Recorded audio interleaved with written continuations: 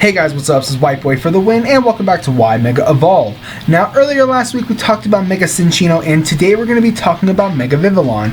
But before we get started, let me just give you guys a brief explanation of what this series is about. Now, every week I will be picking two Pokemon that either need a Mega Evolution, deserve a Mega Evolution, or I want a Mega Evolution for.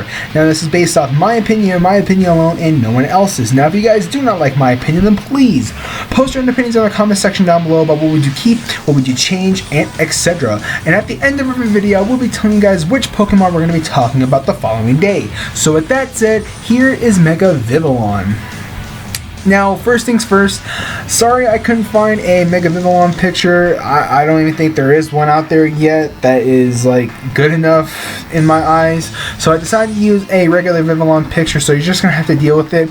But nonetheless, now, when it comes to Vivillon, Vivillon is probably one of those Pokemon that is very special to my heart, even though it came out like a couple years ago. Now, when X and Y first came out, I beaten the game and everything, I was starting to get back into competitive Pokemon because I started playing competitive Pokemon in like the late Black and White, early Black and White 2 days, and I gave up on playing competitive just because it wasn't fun. It was just that I'm the only one in my area where I live that plays competitive Pokemon, so I didn't know anybody at the time where they can actually help me build a really good team and help me and teach me how to play competitive Pokemon. I pretty much learned all by myself with just watching people on YouTube. Like at first, Shady Penguin, when he just uploaded Wi-Fi battles all the time when X and Y first came out. Now, like I said, Vivillon has a little special place in my heart because I first made my competitive team with a Vivillon, my first competitive team with X and Y, and I absolutely loved the team because Vivillon is just like Butterfree, and if you guys did or did not know, Butterfree is one of my favorite Pokemon. It's easily top 3 for whatever reason. I don't know. Butterfree is just one of my favorite Pokemon, and Butterfree and Vivillon are technically, in sense, the exact same Pokemon, but just with different base stats and from a different generation. But so that's pretty much where why it just has a certain sentimental value when it comes to Vivillon. And also, I used to before I had power saves and all that, I used to collect all the Vivillon patterns, or at least try to. The only ones that I was missing was probably the ocean pattern, the savannah pattern, and if I'm not mistaken, I can't even pronounce this one. Holy shit. Archipelago. It's some orange with green stripes on the tip of its wings. I can't pronounce it, but those were the only ones that I was actually missing at the time before I had power saves. Now nowadays, I know how to make a competitive team a lot better without Vivillon, but just that Vivillon was just one of my very first Pokemon that I used in a competitive team. That team still does amazingly well, surprisingly, and I still use it sometimes here and there till this very day, and I just love everything about it. So I wanted to talk about Mega Vivillon because I kind of hope that when we get Mega Pokemon from 6th Gen, I kind of think that Vivillon is a very good deserving Pokemon to receive one, and also it's that big number 666, the Devil's Pokemon. So I think it would be cool if we do get a skull pattern for a Mega Vivillon when it Mega Evolves. I think that would be pretty cool if I do say so myself. Or its wings turn into flames, not actual flames, but its wings has the design of flames on it. I just think that personally will be cool for Vivillon. But anyways, as you can tell from what I've done to its stats, I did increase everything but left its physical attack alone. Obviously, its physical attack is pure shit, and it will never be a physical attacker because it's mostly its moves that will be very helpful in competitive play are special wise. So there's really no reason for me to actually add on or increase its physical attack, or nor decrease it, because surprisingly enough, Vivillon does have some decent base stats, so I decided to leave it alone as base 52. Now for its special attack, I increased it from base 90 to base 120. Now obviously, Vivillon, like I said, is the exact opposite to Butterfree, but I wouldn't say the exact opposite, but they're pretty much brother and sister to if we're gonna go that route, brother and sister. They pretty much have a butterfly design. They pretty much kind of run the exact same set, and just its special attack, if I'm not mistaken, are the exact same, or one's base 70 and one's base 90, and the base 90 is Vivillon. I don't know, just compare this to like brother and sister, and like Vivillon is the brother, like the one that's kind of more powerful to an extent because it's based at base 120 for its Mega Evolution, but without the Mega Evolution it's going to be at base 90. But the reason why I feel like Vivillon is the strongest one out there because it does get access to Hurricane and Butterfree doesn't. But once again, like I said, Vivillon is a special attacker. Most of its moves are specialized. And then, like I said, it does get access to Hurricane, it gets access to Bug Buzz, and it gets access to like obviously Hidden Power, Energy Ball as well, Signal Beam if I'm not mistaken. Yes. Now, the one thing that actually made me think that Vivillon was a lot better as time went on when Omega Ruby and Alpha Sapphire came out was that it got access to Giga Drain as a tutor move because Butterfree got access to Giga Drain. It was one of its like best coverage moves, and like the only thing that kind of like made Vivillon good was that it got access to like Roost, I believe. Wait, does this thing get access to Roost? I think it does. Yeah, it does get access to Roost, and that was like the only way to like gain some health back.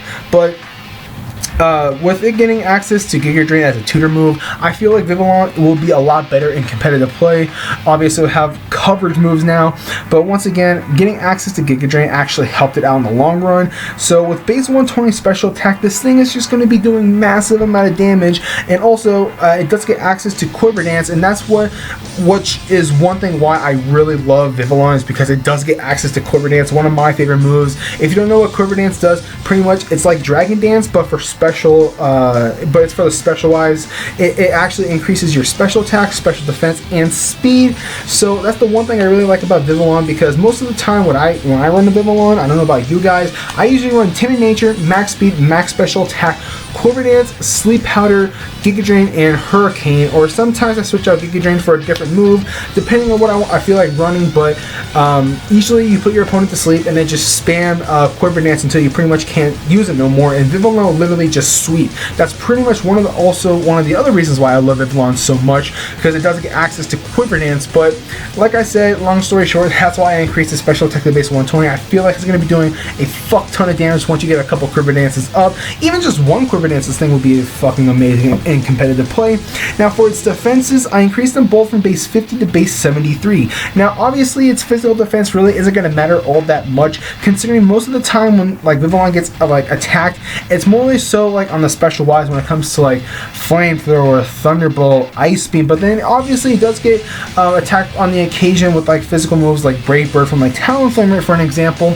So I did want to increase its defense a little bit, but more so its special defense, even though I increased them both the same, but like the one that's going to be more bulky is its special side, just because like I said, it does get access to Quiver Dance, and Quiver Dance increases your special defense alongside with your special attack and speed.